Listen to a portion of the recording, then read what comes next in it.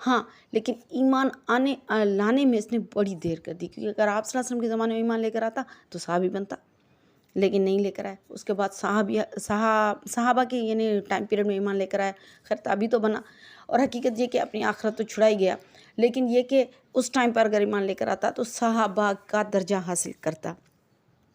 تو قیامت کا دن تو ہے، اب کوئی مانے یا نہ مانے، عقل کیا کہتی ہے قیامت کا دن ہے یا نہیں ہے؟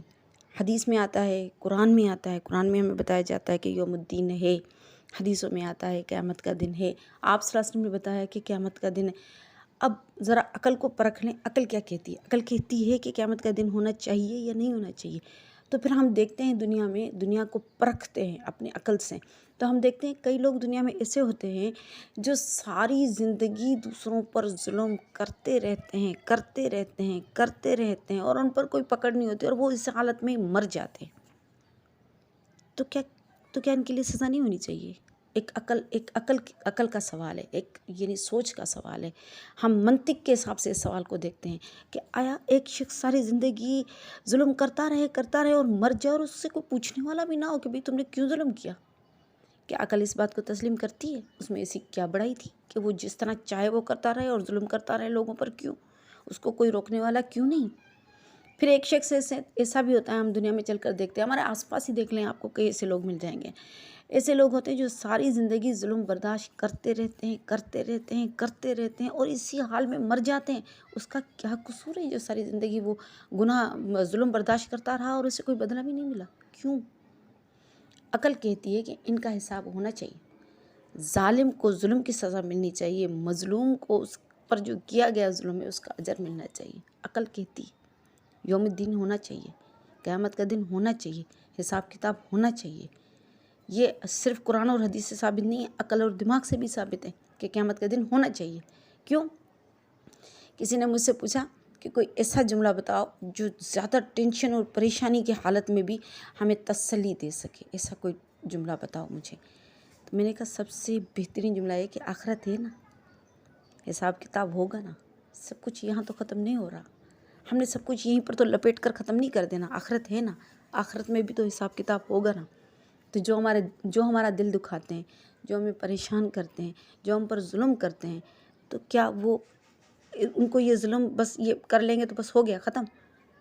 ایسے نہیں ہوگا، ان کا حساب کتاب ہوگا اور ہونا بھی چاہیے۔ اور قیامت کا دن اسی کو کہتے ہیں، یوم الدین، بدلے کا دن ہے۔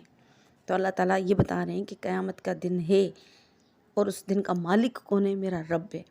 پھر اس مالک کو نہ کسی گواہ کی ضرورت ہے، نہ کسی ثبوت کی ضرورت ہے۔ عدالت میں جاؤ تو جج گواہ مانگتا ہے، ثبوت مانگتا ہے۔ میرا رب وہ جج ہے جس کے پاس نہ کسی گواہ کی ضرورت ہے، نہ کسی ثبوت کی ضرورت ہے، اس کے باوجود بھی وہ ثبوت دے گا، اس کے باوجود بھی وہ گواہ لے کر آئے گا۔ اور پتہ ہے گواہ کون ہوں گے؟ انسان کا اپنا جسم ہوگا۔ سورہ یاسین میں آتا ہے۔ بہت بڑا مسئلہ ہے یہ قیامت کا، اللہ رب العزت ہمارے ساتھ آسان معاملہ کرے۔ خیر آگے اللہ تعالیٰ فرماتے ہیں ایاک نعبد و ایاک نستعین، ہم خاص تیری عبادت کرتے ہیں اور خاص تجھ سے مدد مانگتے ہیں۔ عربی کے گرامر کے حساب سے یہ ہوتا ہے کہ پہلے آتا ہے فعل، پھر فاعل، پھر مفعول۔ یہ سمجھ لیجئے کہ انگلش میں جیسے کہ ایک اسٹرکچر ہوتا ہے جملے کا، اسٹرکچر کے حساب سے پہلے سبجیکٹ آتا ہے، پھر ورب آتا ہے، پھر آبجیکٹ آتا ہے۔ یوں ایک ترتیب ہے انگلش میں۔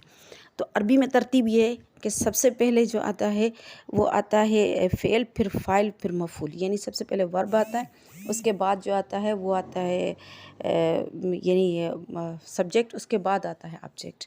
یہ عربی کا قاعدہ ہے، عربی کا قاعدہ تھوڑا چینج ہے۔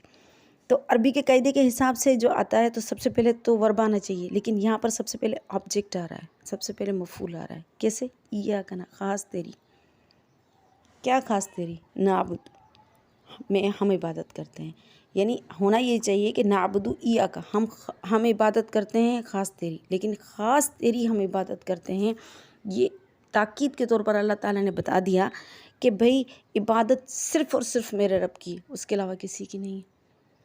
اب عبادت میں نے یہ پہلے بھی بتا چکی ہوں کہ عبادت کا کیا مطلب ہوتا ہے۔ عبادت کا ایک تو مطلب یہ ہوتا ہے کہ بھئی ہم اللہ کے سامنے سجدہ کریں، ٹھیک ہے، سجدہ تو ہم اللہ کے سوا کسی کو نہیں کرتے، کوئی بھی کسی کو نہیں کرتا۔ اگر کسی مسلمان کو آپ کہہ دیں کہ بھئی آپ قبر کے سامنے سجدہ کرو، یا آپ اس طرح کریں، یا آپ کسی اور بت وغیرہ کو سجدہ کریں، تو دل نہیں کرے گا۔ کوئی مسلمان سجدہ کرنے کے لیے تیار نہیں ہوگا، وہ سجدہ صرف اور صرف اللہ کی ذات کو کرتا ہے۔ تو سجدہ تو اسی کو کرتا ہے، لیکن اس کے ساتھ شرک جو کرتا ہے نا، اس شرک کے بارے میں تفصیل سے آپ کو بتاؤں گی۔